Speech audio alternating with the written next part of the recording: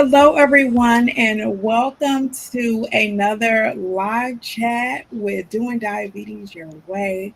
I am one of the fabulous hosts here. My name is Dr. Felissa DeRose, and my co host is.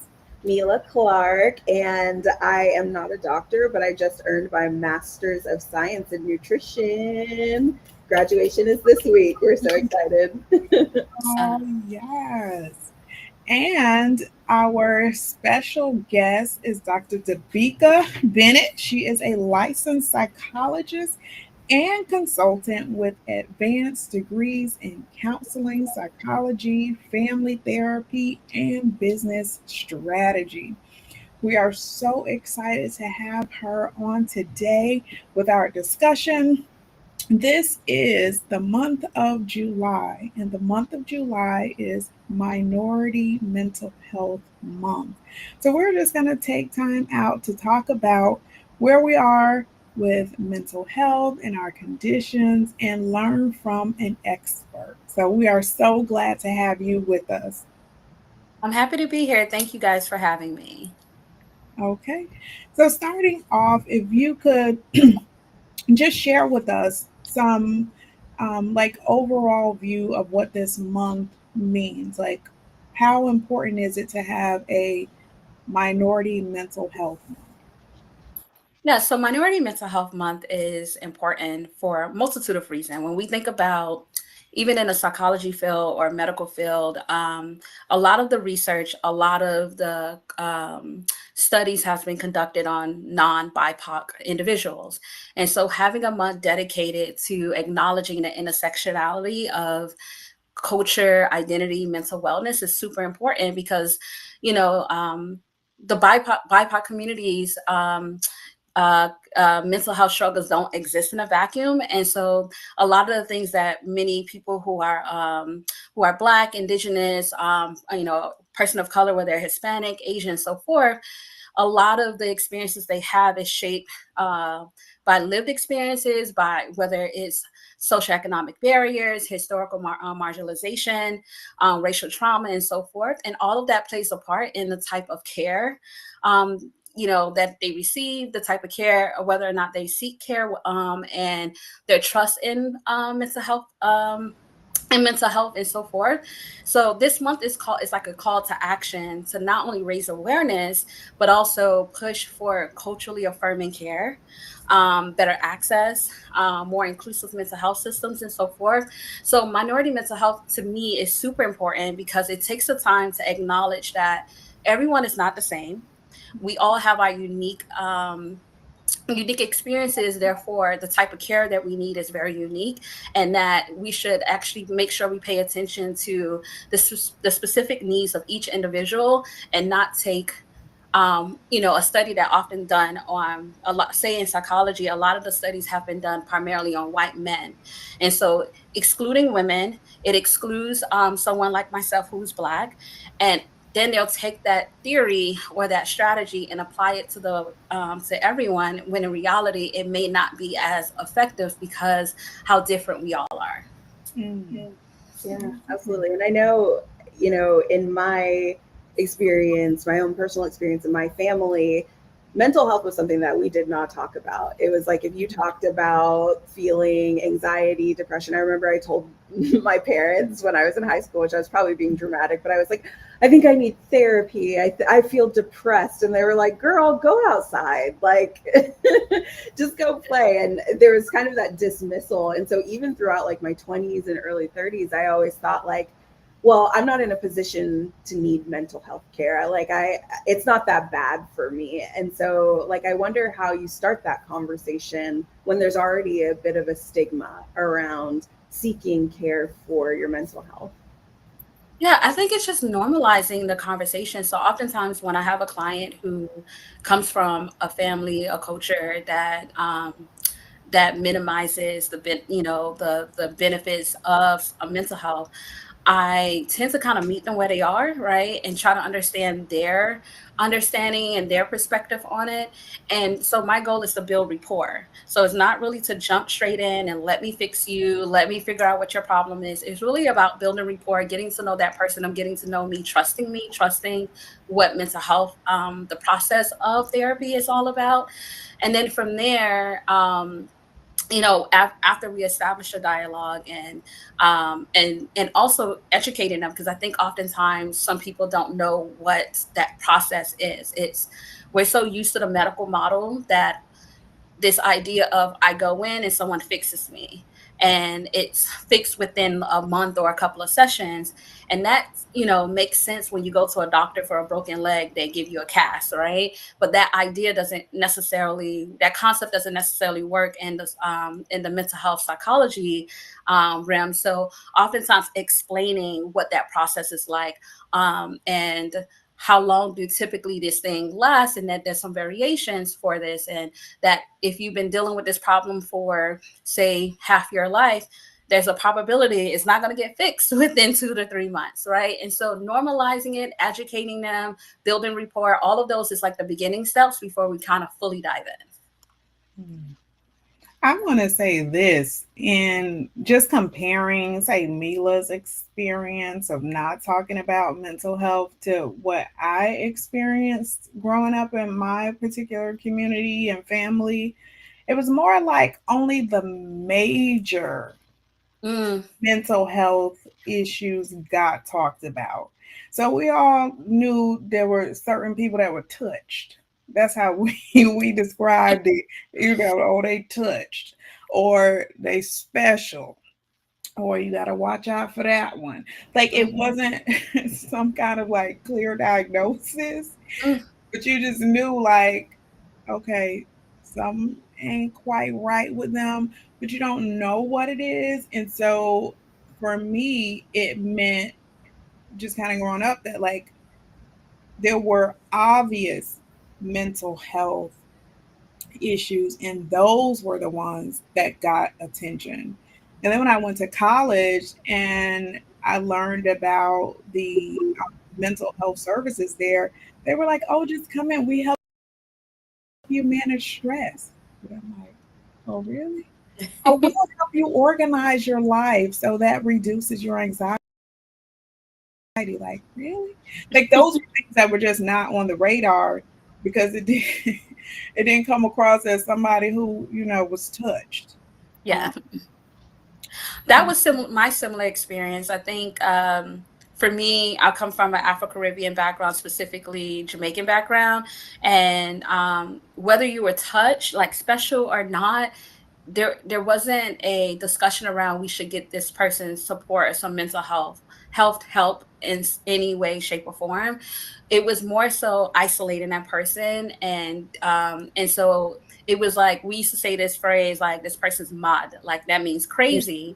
And so you want to stay away from that person and avoid having interactions with them. But it was never a, you know what, maybe we should talk to them and see if we could connect them to some type of mental health professional, or even just bring them to the doctor and figure out what's going on. It was avoid them, don't talk to them, just something is wrong with this person. And so it's interesting hearing all, like, thinking about my experience and then you two experiences, how it was not discussed, or if it was discussed, like in my area, it was indirectly discussed, and indirectly in the sense of if you're having any type of psychological issues, then no one should be around you. So not only you that person felt othered, but the family in itself, in some way, kind of got together in this collusion of isolating that individual without a conversation being had. Yeah, absolutely.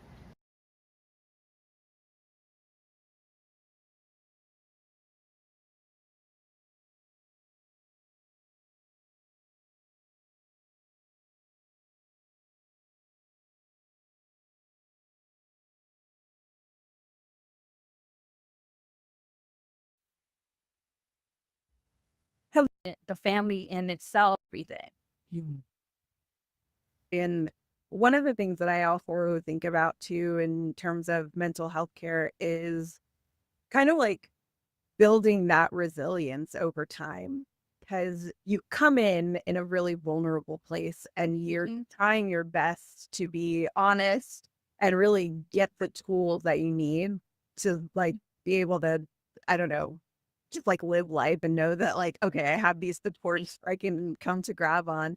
And so just like as a person walking in, say somebody who maybe has never had experience in that kind of space and that kind of environment, what would you tell someone walking in to prepare for when they're in that space?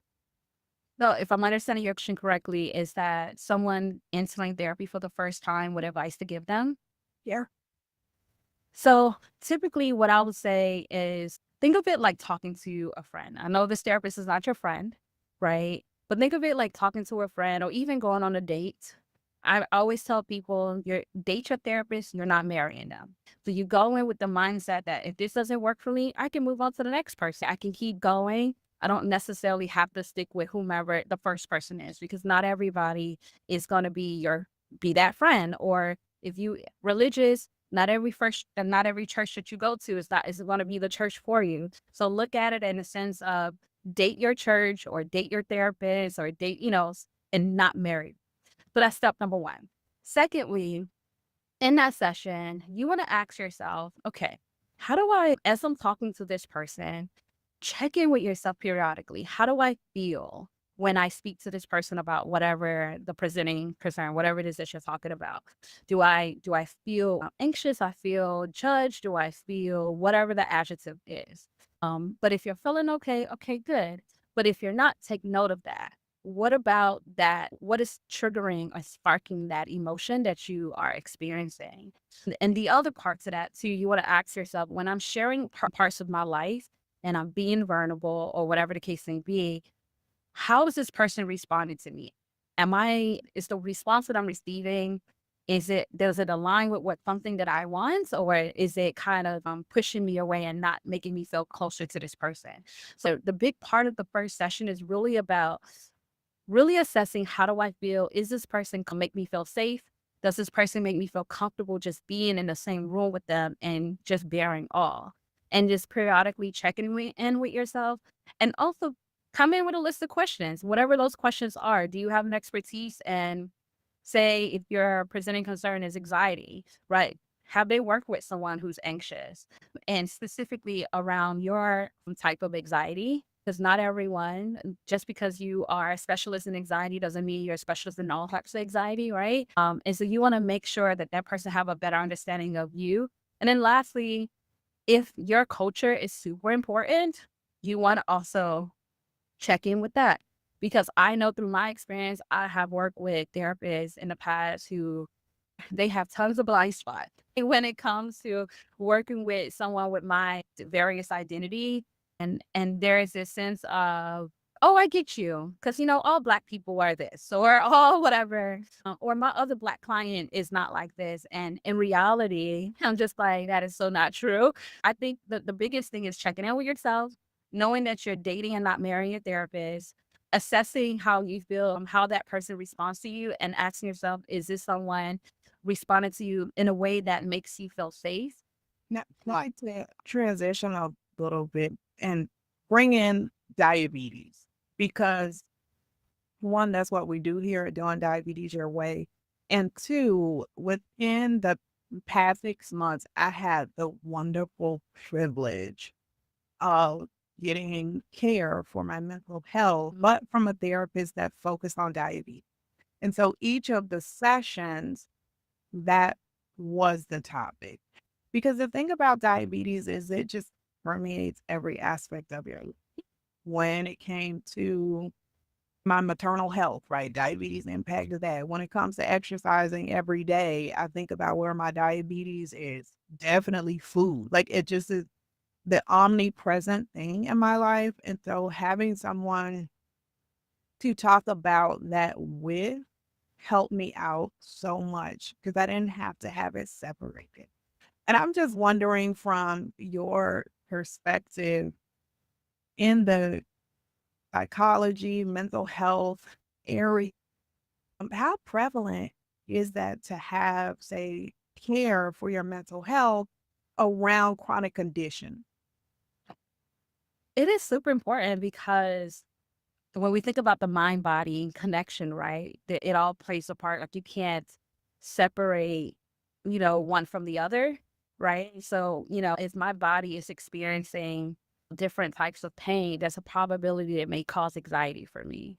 Or if I'm constantly having to monitor and pre-plan where I gotta go, when I'm gonna take my insulin and so forth, and then make sure that the environment that I'm going to is equipped for my chronic condition, then even that in itself can be overwhelming and exhausting and produce anxiety. And also, those who may be around you may not understand. So, I think understanding all of that is super important. So, when working with, I think your question was, why is it important to seek mental health? My question is whatever you want to answer. You think that just want to make sure that I'm getting to the point. So it's important that anyone that's living with a chronic medical condition, say for example, chronic illness like diabetes, to seek mental health, because once again, it's that mind body connection. This idea and this feeling of, if you're feeling and experiencing something physically, there's a high probability that it's going to affect you mentally, psychologically as well. And not only that, the people around you, how they are responding to you having to, monitor your symptoms, monitor when you have to get insulin and pre-planning your food and your workouts and everything in between. People around you also responding to you having to be strategic around that can also affect you in some capacity, in addition to you already having your own feelings and thoughts around it. So I think having a specific therapist who specializes in mental health and specifically in diabetes, that is important to make sure that they have a specific understanding of that and they can be able to help you with whatever it is that you are experiencing. But as someone who may be experiencing it themselves, just having someone to understand what you're experiencing and what you may think is separate from your chronic illness might be directly related. So, for example, there are times where you might feel anxious. I'm going to give anxiety as an example. You may think your anxiety is separate from this experience and the symptoms that you're having with diabetes, but they may much be correlated. People who have thyroid, right? I know in my field, there's a lot of different medical conditions that I have to learn about and be cognizant about when working with clients. And hyper and hypothyroidism is, for example, is one of them. So someone who have hypothyroidism versus hyperthyroidism who show up with anxiety or depression. So when I'm working with a client who's coming into my office and they are having hyperthyroidism, I know that they have that medical condition. Before I automatically diagnose them with anxiety, I know that perhaps it's a medical reason why they're experiencing this anxiousness. So I'm not going to automatically diagnose them with, say, generalized anxiety disorder. In fact, I need to work alongside with one of the medical doctors so we can treat this person and not just put another label on them. Yeah, it's really refreshing and encouraging to hear that you're not treated as like a cookie cutter. You're as like, okay, you're going to walk into this room, we're going to slap a label on you, and now you have this new thing that you know about, but that it's actually holistic. The care from all aspects, which ends up helping your mental health in the end when things feel better and when it's easier to manage. So that's great. It's so wonderful to hear. Yeah. Now, I will admit, now I'm a psychologist, so not all mental health professionals are taught this, right? And so that would be the other part of doing your due diligence. And, not all mental health professionals are taught and trained the same, right? So you have your licensed clinical social worker versus your licensed professional counselors and so forth. But I can speak to them for the psychology field because our foundation is heavily influenced by the medical model. And so a lot of the things that we learn is from the medical model, and we work closely with a lot of doctors where we're being trained. This has been such a lively discussion during mental health. This has been such a lively discussion during this month of July, Minority Mental Health Month. Definitely, I've gotten some awareness. Those of you who are commenting below, just know we're in the chat right there with you. If you have any questions, please send them to us. Unfortunately, our time is winding down, but before we go, Dr. Dabika, is there anything that you would like to leave with us and share with our audience? Yeah, so you can find me on Instagram at Human Connections. So that's HUEMAN Connections. There you'll learn all things about mental health, fostering a healthy relationship with yourself and others. A lot of the work that I do is around building that self-awareness, mental wellness, yes, but also strengthening your relationship with others, and building resiliency and communicating more effectively. And those tools you can take with you also in your doctor's office, also with your therapist, with your family, as you talk about your experiences with diabetes. And so, yeah, I'm really excited. I'm happy that I was here to talk to you all about it. Oh, one last thing. I do have a book coming up, The Connected Self, which is all about relationships and many of the things that I've discussed and typically discuss on my Instagram. And yeah, that is.